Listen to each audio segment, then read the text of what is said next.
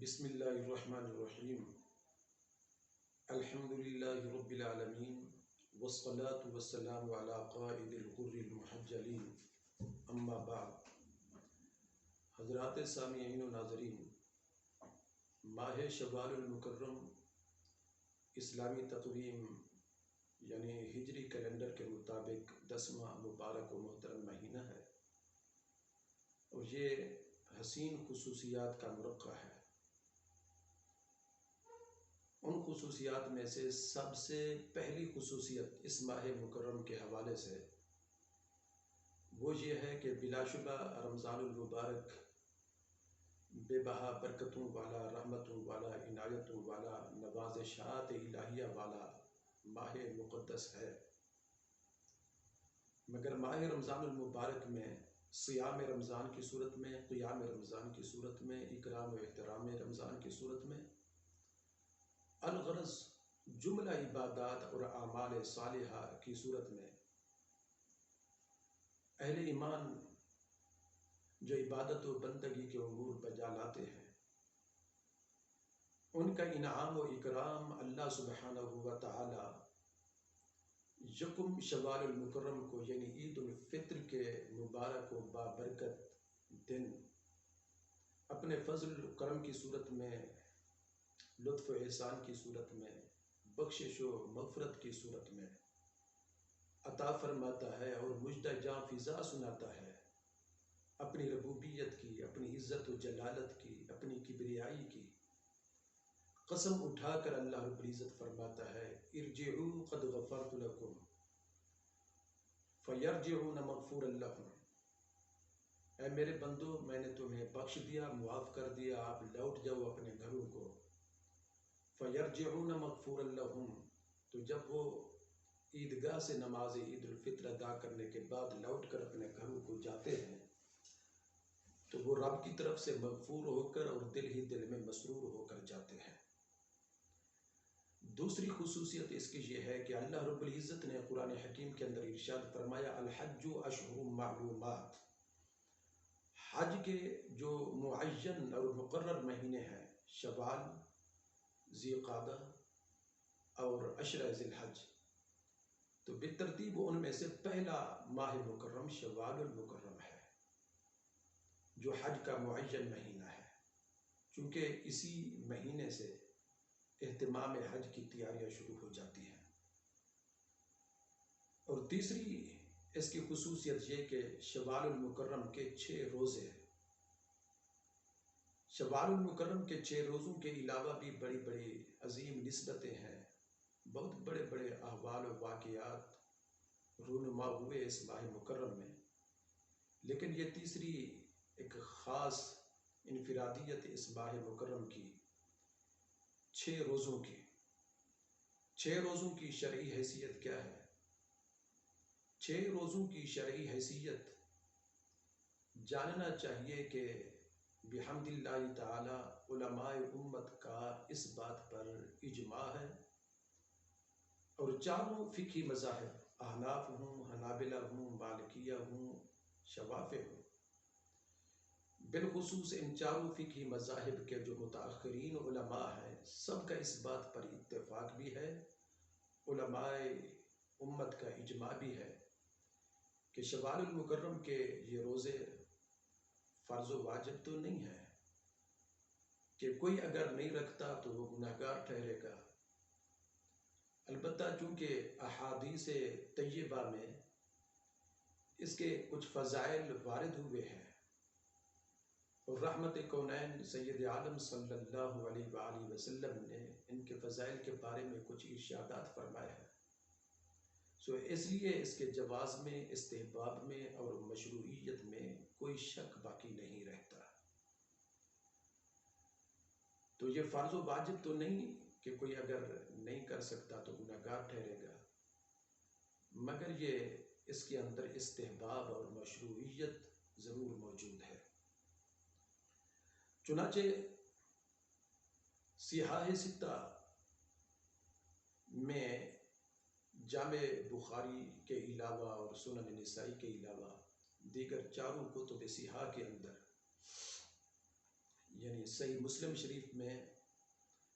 جامع ترمذی میں،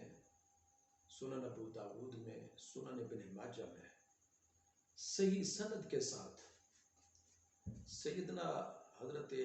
ابو ایوب انصاری رضی اللہ تعالی عنہ سے مرفوع روایت، مرفوع حدیث مروی ہے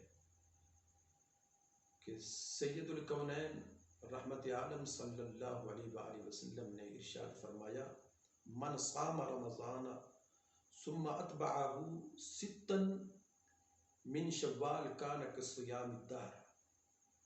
من صام رمضان ثم اتبعہ ستا من شوال کان کصیام الدہر، کہ جس شخص نے ماہ رمضان المبارک کے روزے رکھے پھر اس کی اتباع کے اندر اس نے یعنی کہ یکم شوال المکرم کو چھوڑ کر شوال المکرم کے باقی دنوں میں یہ 6 روزے رکھے، گویا اس نے زمانے بھر کے روزے رکھے. اور مسند احمد کی ایک روایت کے مطابق، وہ بھی حضرت ابو ایوب انصاری رضی اللہ تعالی عنہ سے مروی ہے، حضور علیہ الصلوۃ والسلام نے فرمایا: فَكَأَنَّمَا صَامَ السَّنَةَ كُلَّهَا. گویا کہ حضور علیہ الصلوۃ والسلام نے ارشاد فرمایا: جس نے شوال المکرم کے 6 روزے رکھے بالترتیب یا الگ الگ درمیان میں وقفہ کر کے، تو اسے گویا اس نے سال بھر کے روزے رکھے. اور سال بھر کے روزے رکھنے کا مطلب اور مدعا یہ بھی ہے کہ چونکہ اللہ رب العزت نے ایک حسین ضابطہ اور قانون محض اپنے فضل و کرم سے اور لطف و احسان سے اپنے بندوں کے لیے عطا فرمایا: من جاء بالحسنۃ فلہ عشر امثالھا، کہ جو شخص ایک نیکی بھی لائے گا تو اس کو ثواب 10 گنا عطا کر دیا جائے گا. تو ایک نیکی گویا 10 نیکیوں کے برابر ہے، ایک عمل صالح گویا 10 عمل صالح کے برابر ہے. سو جس نے ایک روزہ رکھا، سو اللہ رب العزت کے اس حسین ضابطے اور قانون کے مطابق اس نے 10 روزے رکھے یا 10 روزوں کا ثواب اسے ملا. تو جس نے ایک مہینے یعنی رمضان المبارک کے روزے رکھے، سو اس نے 10 ماہ کے روزے رکھے. اور پھر شوال المکرم کے 6 روزے جس نے بھی رکھے، گویا اس نے 60 روزے رکھے، یعنی 2 مہینے کے روزے وہ رکھ چکا. سو اس اعتبار سے 10 مہینے رمضان المبارک کے روزوں کے بدلے میں اور 2 مہینے شوال المکرم کے 6 روزوں کے نتیجہ میں، تو گویا یہ ایک سال بن جاتا ہے. تو حضور علیہ الصلوۃ والسلام کے فرمان کے مطابق اسے سال بھر کے روزوں کا ثواب عطا فرما دیا جاتا ہے. اور دوسری حدیث میں چونکہ کصیام الدہر کا لفظ آیا ہے کہ زمانے بھر کے روزے رکھے، تو تطبیق کی دونوں حدیثوں کے اندر صورت یہ بنتی ہے کہ جس نے محض زندگی میں ایک مرتبہ رمضان المبارک کے روزے رکھے، پھر اس کی اتباع کے اندر شوال المکرم کے 6 روزے بالترتیب یا بغیر ترتیب کے الگ الگ کر کے رکھے، تو ایک مرتبہ جس نے رکھے، ایسا عمل کیا، تو اسے تو سال بھر کے روزوں کا ثواب عطا کر دیا جائے گا. اور جس نے اپنی زندگی میں جب بھی اسے رمضان المبارک ملا، میسر آیا، اللہ رب العزت کے فضل و کرم سے اور لطف احسان کی بنا پر، اور اس نے ہر مرتبہ رمضان المبارک کی اتباع کرتے ہوئے شوال المکرم کے روزے رکھے، تو گویا اس نے زمانے بھر کے اور زندگی بھر کے روزے رکھے، اور وہ صائم الدہر ٹھہرا، یعنی پورا زمانہ یا پوری زندگی اور زندگی کا ایک ایک لمحہ روزوں کے اندر گزارنے والا. بلکہ ان احادیث طیبہ کے علاوہ ایک اور حدیث امام طبرانی نے جو المعجم الاوسط کے اندر بیان کی اور روایت فرمائی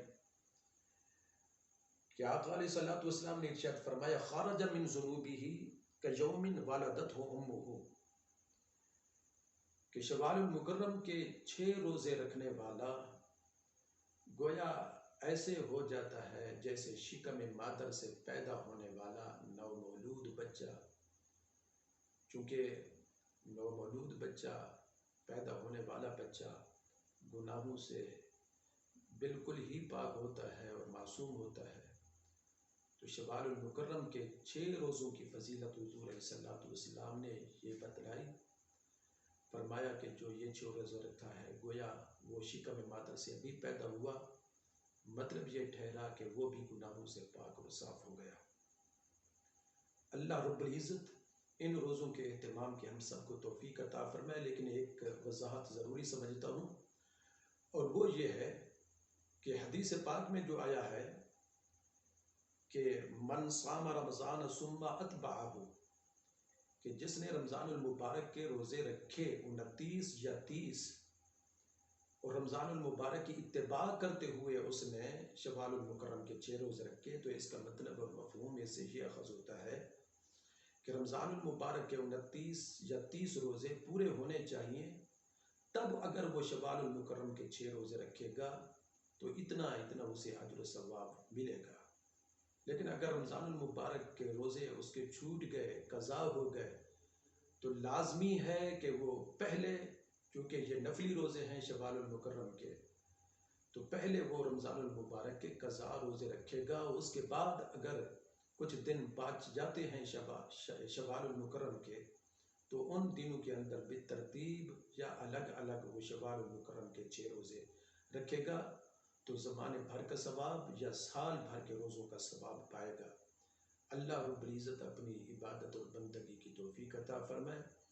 اور تاجدار کائنات امام الانبیاء رحمت للعالمین شفیع المذنبین صلی اللہ علیہ وآلہ وسلم کی اطاعت و اتباع اور محبت و غلامی کا پاکیزہ اور پاکیزہ ترین جذبہ ہم سب کو اللہ پاک نصیب